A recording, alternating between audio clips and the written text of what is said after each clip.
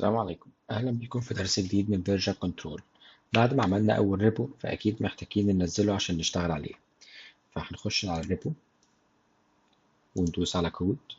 قدامنا طريقتين عشان نداونلود الريبو ده، يا إما عن طريق ال HTTPS أو ال SSH. ال SSH more secure فإحنا هنستخدمه إن شاء الله. فبس محتاجين نعمل شوية configuration كده عشان خاطر نعرف نستخدمه، اللي هو إيه، محتاجين نحط البابليك كي. طب البابليك كي ده ممكن يتعمل إزاي؟ هنفتح أي دايركتوري فاضي، نفتح الباش، نكتب ssh داش كيجن وندوس انتر. فهو هيقترح عليك انت عايز تحطه وتسيفه في الدايركتوري ده، فانا هقول له دوس انتر. عايز تضيف باث فريز عشان تضيف ليفل من السكيورتي اعلى، فانا هسيبه فاضي ودوس انتر، كمان انتر. هو كده خلص الكارير. هو المفروض هلاقيه فين؟ هلاقيه في الدايركتوري ده. طيب تعالى نخش على الدايركتوري ده، نلاقي دوت اس اس اتش. هنلاقي فيه ده البرايفت كي بتاعي وده البابليك كي. هندوس كليك اي اوكي. اديتور عندنا نفتح الفايل. انا هفتحه بنوت باد، هاخد كله select all control A copy control C. بعد كده اعمل control V، اعمل add ss catch key. خلاص هو كده اتضاف. ارجع للريبو بتاعي، هلاقي خلاص النوت اللي كان كاتبها راحت. اخد ده copy واجي في دايركتوري فاضي، ادوس كليك يمين، افتح الجيت باش، اكتب get كلون. عامة عشان استخدم تول الجيت فلازم اول حاجة اكتبها جيت، وبعد كده اقول الجيت ده انت عايز تعمل ايه بالظبط. فانا هنا اهوت انا بقول له انا عايز اعمل كلون، وبعد كده بيست ال URL اللي انا خدته كوبي وادوس انتر. هنا بيسألني ان الكي ده معروف يعني وبتاع، فاقول له يس. هو بيسجله عنده بحيث ان هو يبقى دايما يتعامل معاه، مش كل مرة هيجي يسألك انت متأكد من الهوست ده ولا لأ. كده انا نزلت الريبو وادي الفايل بتاعي. نفتح الفايل، هنلاقي ان في نفس الكلام بالظبط اللي موجود في الريدمي فايل هنا اهو، بالظبط نفس الكلام. طب ايه بقى، ليه بقى هو بيبقى الكلام بالمنظر ده بس هو في الحقيقة بيظهر كده؟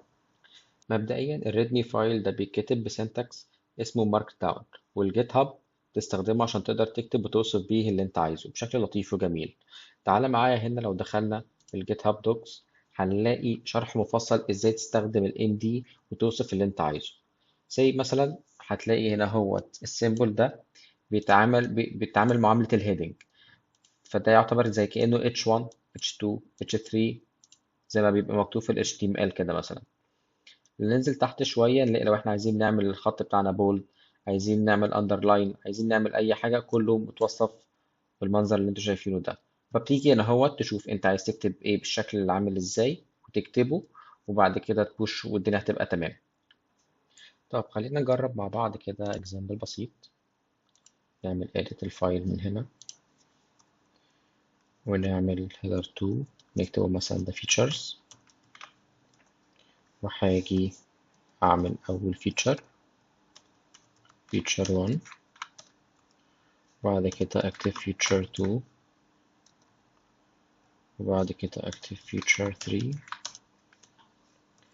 وبعد كده أجي هنا هو أكتب مثلا زي you can find the previous version here، وأخلي here دي bold،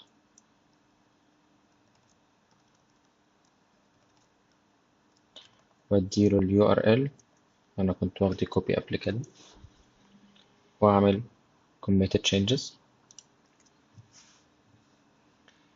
commit.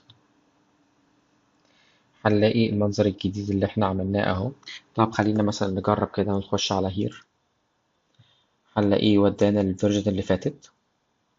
طب مثلا لو كنت عايز اخلي مثلا فيتشر 1 دي اعلم على التشيك بوكس ده، وادوس edit file، واجي هنا اروح كاتب x، طبعا يكون مفيش اي spaces committed changes،